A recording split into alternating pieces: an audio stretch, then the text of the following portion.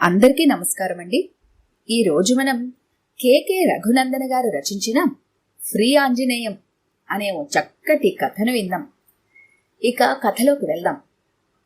ఫ్రీగా వస్తే ఫినాయిల్ తాగుతారా ఎవరైనా అంటే అది ఉత్తిమాటేనని, అసలు ఆచరించేవారుంటారా అని విస్తుపోవచ్చు గాని ఆంజనేయుల విషయంలోకొస్తే మాత్రం అది కరెక్టేనని చెప్పుకోవచ్చునంటే అతిశయోక్తి కాదేమో. ఆంజనేయులు సాదాసీదా గుమస్తాగిరి వెలగబడుతున్నాడు. ఈ మధ్యకాలంలో మీడియా ప్రభావం జాస్తిగా అతని మీద పడింది. అది నరనరాల్లో జీర్ణించుకుపోయింది. సబ్బులకి సబ్బులు, పేస్టులకి పేస్టులు, బామ్కి బామ్, టీవీకి టీవీ, ఇలా ఎన్నెన్నో ఫ్రీల ఆఫర్లు చూసిన తర్వాత ఈ ఫీవర్ షురూ అయింది. చూసిందల్లా కొనేయటం మొదలుపెట్టాడు. తనకి తలనొప్పి లేకపోయినా సరే ఒక ప్లస్ బామ్కి మరో ప్లస్ బామ్ ఫ్రీ అంటే అది తెచ్చేశాడోసారి. దాన్ని రాసుకున్న ఆంజనేయులి బామ్మ మహాదేవమ్మ తన కణతలు మంటెత్తిపోతున్నాయని చెప్పి, ఓర్ నాయనోయ్, నీకిదేం పోయేకాలం రా, ఎప్పుడు తెచ్చి అమృతాంజనం మానేసి ఈ వెధవ ముద్ద కొనుక్కొచ్చావు అంటూ గగ్గోలెట్టేసింది. ఫ్రీ మాట దేవుడెరుగ్గాని బామ్మను మరల మామూలుగా చేయడానికి తల ప్రాణంతో కొచ్చింది అతనికి. అది మొదలు మహాదేవమ్మ ఆంజనేయులతో మాటలు బంద్ చేసేసింది. అదే సమయంలో తలవని తలంపుగా ఆంజనేయులకి ఒక ఫ్రీ ఆఫర్ దొరికింది. అదేమంటే, ఈ మధ్యకాలంలో సినిమా హాళ్ల దగ్గర జనాలు అతి పలచబడ్డం మూలంగా థియేటర్ల నడుమ తీవ్రమైన పోటీ ఎదురైంది. దాంతో విదర్భ డిటిఎస్ థియేటర్ వారు ఒక సినిమా చూసిన వారికి మరో సినిమా ఫ్రీ అంటూ ప్రచారం మొదలుపెట్టారు. అది చూడటంతోటే ఆంజనేయులకి తటాలను ఒక విషయం స్ఫురించింది. ప్రస్తుతం ఆడుతున్న భరతం పడతా సినిమా తను చూసేసి, వాళ్లు ఫ్రీ పేరుతో చూపించబోయే సతీ సక్కుబాయి చూపిస్తే తెగ పొంగిపోయి మోగనము విడనాడుతుంది బామ్మ. ఈ పథకం ప్రకారం భరతం పడతా అనే సినిమాను ఆంజనేయులు చూసేశాడు. ఫైట్స్, డ్యూయట్స్ తో తలంతా దిమ్మెత్తిపోయిందన్నది వేరే సంగతి. తరువాత సతీ సక్కుబాయి సంగతి బామ్మ మహదేవమ్మ చెవిలో ఊదేసరికి తెగ ఉబ్బిపోయింది బామ్మ. ఏమిట్రా, సతీ సక్కుబాయి మళ్ళా వచ్చిందా? నా పెళ్ళప్పుడు చూశాన్రా సినిమాని, మా గొప్ప సినిమాలే అనగానే మరింక ఏమాత్రం ఆలస్యం చేయకుండా బామ్మను థియేటర్కి రిక్షాలో సాగనంపి తనొచ్చేశాడు. ఆ సాయంత్రం ఆంజనేయులు ఆఫీస్ నుండి వచ్చేసరికి మహాదేవమ్మ పెద్ద గొంతు పెట్టుకుని అరుస్తుంది. తప్పంతా నా కొడుకుదేనని ఒప్పుకుంటున్నాను. వాడు నిన్ను ఆ సినిమాకి పంపటం శుద్ధ తప్పు. వెధవ, వాడికసలు బుద్ధి లేదు. రాని, వాడి కాళ్ళెరగొడతాను అని ఆమెను సముదాయించటానికి నానా తంటాలు పడుతున్నాడు ఆంజనేయుల తండ్రి అవతారమూర్తి. తను బామ్మను ఆ భక్తి సినిమాకి పంపటం ఘోరంలా మాట్లాడుతుంటే మండిపోయింది ఆంజనేయులకి. సుడిగాలిలా లోపలికి దూసుకెళ్లాడు. అసలు నా తప్పేంటట? పాత భక్తి సినిమా అని చెప్పి బామ్మను పంపించాను, అదే తప్పేనా అంటూ ఆంజనేయులు సునామీలా దూసుకుపోతుంటే అతని మీద మహంకాలిలా విరుచుకుపడిపోయింది మహాదేవమ్మ. వెధవన్నారు వెధవ, అంజిగా నీకేం పోయాకాలం రా, మతి శుతి లేవేట్రా? కాటికి కాళ్ళు చాచుకున్న నాకు సతీ సక్కుబాయి అంటూ చెప్పి మోసం చేస్తావా? అందులో ఎవరికైనా పైటలున్నాయట్రా? బరితెగించిన ఆ మగవధలతో ఆ పిచ్చిగెంతులేంట్రా? నాకు చేదరేసి బయటికెళ్ళిపోతానన్నా సరే ఆ గేటు కాపలావాడు నన్ను అడ్డేసి లోపల కుదేశాడ్రా. ఎంత పాపం మూటగట్టావురా నాకు అని లబోదిబోమన్నది. పెరట్లోకి వెళ్లి 10 బకెట్ల నీళ్లతో స్నానం చేసింది. ఆంజనేయులకి బాగా మండింది. ఇటీవల కాలంలో బయట ఒక సినిమా బోర్డు, లోపల మరేదో చూపిస్తున్నారని, అది కేవలం రాజధానికే పరిమితమని అనుకున్నాడు. తన ఊళ్ళో కూడా ఇటువంటి భాగవతం జరుగుతుంది అనుకోలేదు. తన వెర్రికోపమంతా థియేటర్ వాళ్ల మీద చూపించాడు ఆంజనేయులు. అయినా సరే అవేవీ లక్ష్యపెట్టని మేనేజర్ నవ్వుతూ, అయ్యో, మీకు ఫ్రీగా చూపిస్తామంటే ఆ బామ్మగారిని పంపారెందుకు సార్? మా థియేటర్కి మీలాంటి వాళ్లు మరోసారి రావాలనే కదా ఇలాంటి మసాలా సినిమాలు చూపించేది అన్నాడు. దిమ్మ తిరిగిపోయింది ఆంజనేయులకి. ఇలా ఉండగా హఠాత్తుగా ఆంజనేయులు పనిచేస్తున్న ఆఫీస్ ఇన్స్పెక్షన్ చేయడానికి ఆఫీసర్లు దిగుతున్నారని తెలిసింది. దాంతో నానా హడావిడి మొదలుపెట్టాడు బాస్ కనకరత్నం. రికార్డు వర్క్ అంతా సవ్యంగా చూసుకోమని, వచ్చేవాళ్లు తిక్క శంకరయ్యలని, ఏమాత్రం అవకతవకలు జరిగినా సరే స్పాట్లో డిస్మిస్ చేయటం ఖాయమని బెదరగొట్టాడు. అంతేకాక ఆ వస్తున్న ఆఫీసర్కి సకల ఏర్పాట్లు చేయమని, అందులో ఎటువంటి లోటుపాట్లు జరగకూడదని, అలా కాకుండా ఏమాత్రం తప్పిదం జరిగినా ఫైల్స్ లో కొర్రీలు వేయటం తప్పదని హెచ్చరించాడు కనకరత్నం. ఆ సందర్భంగా ఒక్కొక్కరికి ఒక్కో బాధ్యత అప్పగించాడు. ఆంజనేయుల వంతు వచ్చేసరికి మాత్రం భోజనాల ఏర్పాట్లు చూడాలని ప్రత్యేకించి మరీ చెప్పాడు కనకరత్నం. అలా అతను అప్పగించడం వెనక బలమైన కారణమే ఉన్నది. ఆంజనేయులు అడపదడప తమ ఇంటి దగ్గర నుంచి తెచ్చుకున్న వేడివేడి పదార్థాలు కనకరత్నంకి కూడా వడ్డిస్తుండేవాడు. ఆ రుచులు మరిగిన అతడు ఆంజనేయుల మీద అపార నమ్మకంతో ఆ బాధ్యత మోపాడు. దానికి ఎగిరి గంతేసిన ఆంజనేయులు, ఓ, ఆ వచ్చేవాళ్ళని నవకాయ పిండి వంటలతో ముంచి పారేస్తాను, ఈ దెబ్బతో నాకు ప్రమోషన్ ఖాయం అనుకొని తెగ ఉబ్బిపోయాడు. భాగ్యనగరం నుండి ఆఫీసర్లు దిగబడ్డారు. అంత ఉదయాన్నే ఇంట్లో టిఫిన్ చేయమంటే తల్లి జగదాంబ చిర్రుబురులాడుతుందని చెప్పి తాత్కాలికంగా ఒక హోటల్ నుండి టిఫిన్ మోసుకెళ్లి వారికి అందించాడు ఆంజనేయులు. తిండికి మొహం వాచినట్లున్నారు. కాకా హోటల్లో టిఫిన్కే అంతలా లొట్టలేస్తున్నారంటే తను ఇంటి దగ్గర నుంచి తెచ్చే భోజనాన్ని మరెంతగా జురుతారో అని తనలో తాను అనుకుంటూ కనకరత్నంను కలిశాడు ఆంజనేయులు. వాళ్ళు పూర్తిగా నాన్ వెజ్, వారికి ఎలాంటి భోజనం అందిస్తావో మరి అదిరిపోవాలి అన్నాడు. అంతే, ఆంజనేయులకి విజయనగరంలో కోళ్ల బజారు గుర్తొచ్చేసింది. నాణ్యమైన కోళ్లకి అక్కడ ప్రసిద్ధి. అప్పుడే కార్తీక మాసం ముగియటంతో కోళ్ల ధరలు ఆకాశాన్ని అంటుతున్నాయి. బేరం ఒక అంతట కుదరటం లేదు. అదే సమయంలో అయ్యా 2 కోళ్లు కొంటే 1 కోడి ఫ్రీ అన్న అరుపు ఆంజనేయుల చెవులకి అమృతంలా సోకింది. దాంతో మరి ముందు వెనకలు ఆలోచించకుండా కొనేశాడు. నిజానికి ఈ భోజనాల ఖర్చులన్నీ ఆఫీసరు ఎలాగో పెట్టుకోడు, తన నెత్తికే చుట్టుకుంటాయి. అందుకే సూక్ష్మంలో మోక్షం మార్గం ఎంచుకున్నాడు. మసాలా సామాన్లు కూడా ఫ్రీ వచ్చిన వాటికే ప్రాధాన్యత ఇచ్చాడు. ఇంటికి చేరంగానే పనివాడు నర్సిగాడికి కోళ్ల సంహారం బాధ్యత అప్పగించాడు. ఆనక తల్లి జగదాంబ చేత వండించాడు. ఆ వాసన మాత్రం అమోఘంగా ముక్కుపుటాల్ని అదరగొట్టేసింది. ఆ వంటకాలన్నీ ఆఫీసర్ల దగ్గరకు చేర్చాడు. అప్పటికే నకనకలాడుతున్న ఆఫీసర్లకి ఆంజనేయులు రాకతో పన్నీరు చిలకరించినట్లయింది. వాసన చూస్తుంటే నోట్లో నీళ్లూరసాగాయి. వాళ్లందరికీ ఆకుల్లో సర్దేసి తను బయటికెళ్లిపోయాడు ఆంజనేయులు. 1 గంట తర్వాత ఆంజనేయులకి కబురు వచ్చింది. అప్పటికే కనకరత్నం వారి ముందర హాజరై ఉన్నాడు.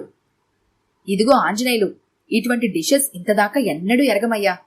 ఆహా, ఏమి రుచి ఏమి రుచి అని ఒకటే పొగిడాడు ఆఫీసర్.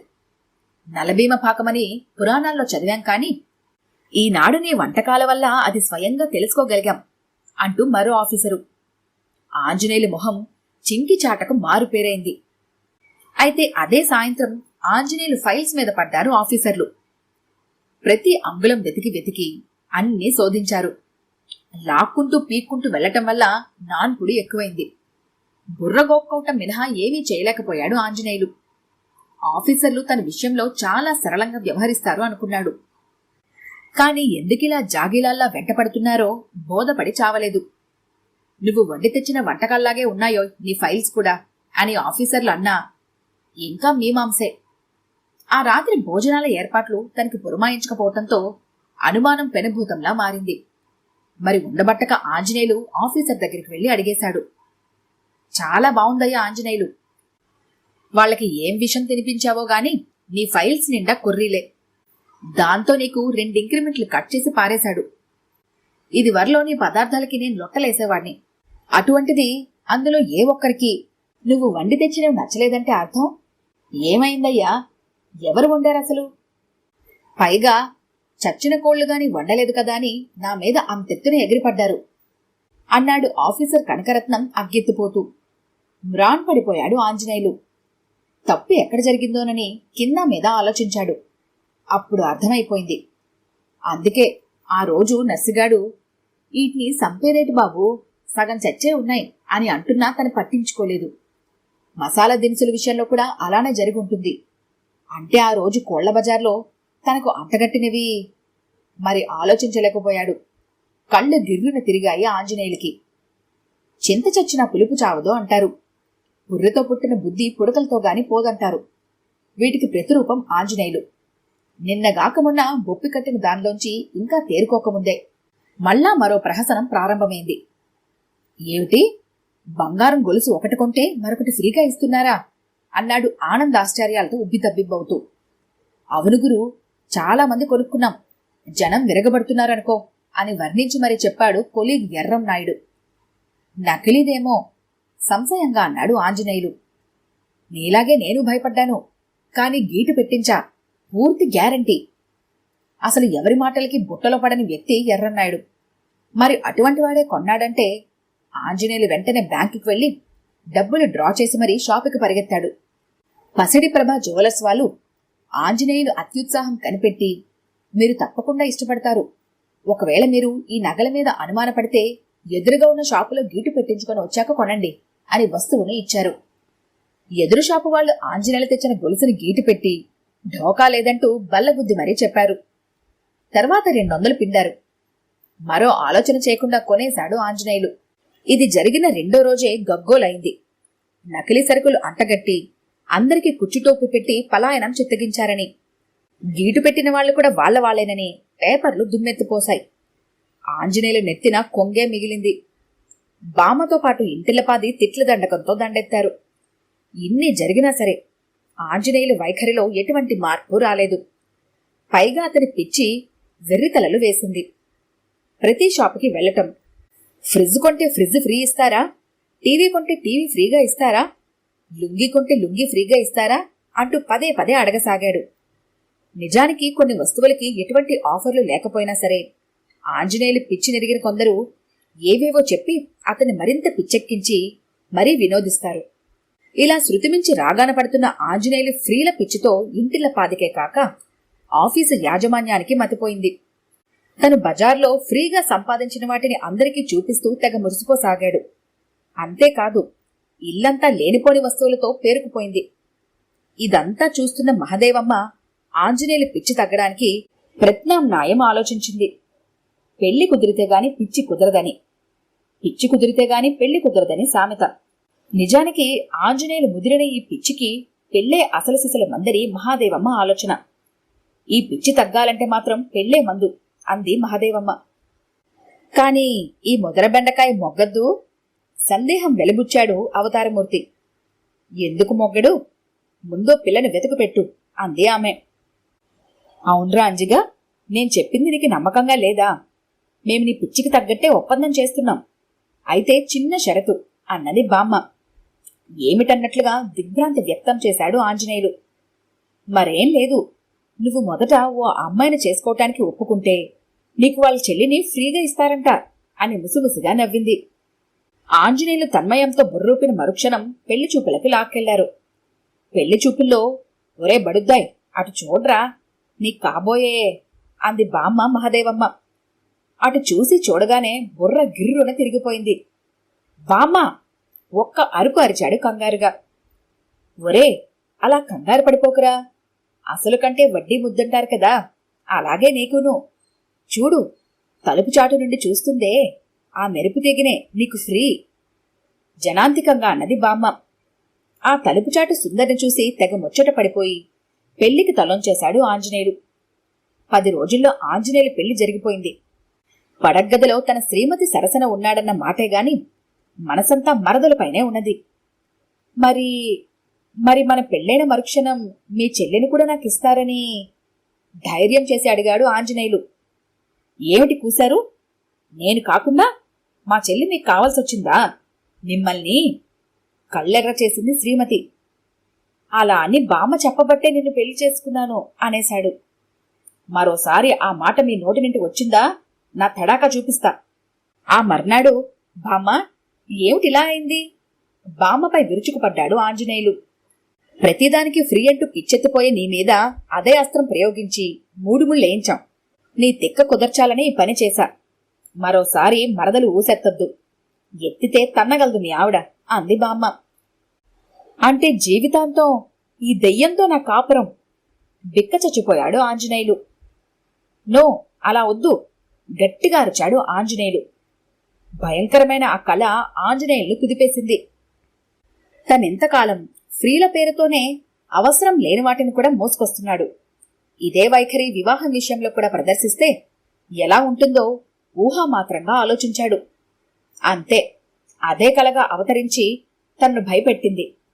నిజానికి పెద్దలు చెప్పినట్లు బుద్ధిగా వ్యవహరించకపోతే ఈ ఫ్రీల పిచ్చిలో పడి పెళ్లి విషయంలో కూడా కోరి కష్టాలను కొని తెచ్చుకున్నట్లే అవుతుంది. అలా ఆలోచించిన ఆంజనేయులు పెళ్లి విషయంలో ఎటువంటి పంతాలకు పట్టింపులకు మాత్రమే కాదు, ఫ్రీల జోలికి కూడా పోలేదు. ఓ శుభముహూర్తాన సలక్షణమైన అమ్మాయిని కట్టుకున్నాడు. కాని కట్నం కోరకుండా ఫ్రీగానేనండోయ్. ఈ కథ కనుక మీకు నచ్చినట్లయితే లైక్ చేయండి, షేర్ చేయండి. మరిన్ని ఇంట్రెస్టింగ్ కథల కోసం మా ఛానల్ని తప్పకుండా సబ్స్క్రైబ్ చేసుకోండి.